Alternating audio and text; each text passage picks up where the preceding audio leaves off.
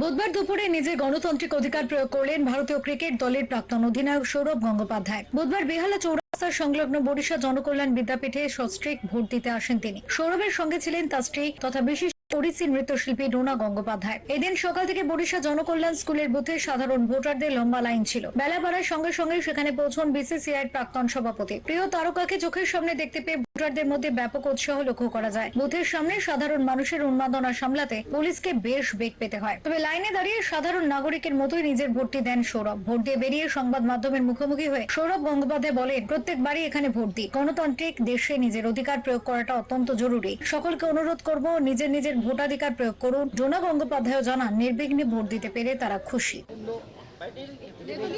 কেন্দ্রীয় বাহিনী যথেষ্ট আছে।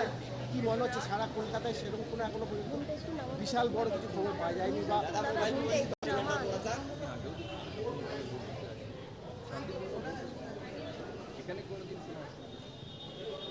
এমনি আপনার বিভিন্ন মফস্বলে গ্রামে গঞ্জে তো সেরকম বড় কিছু খবর যেটা প্রত্যেকবার ভোটের সময় পাওয়া যায় সেরকম কিছু পাওয়া যাচ্ছে না।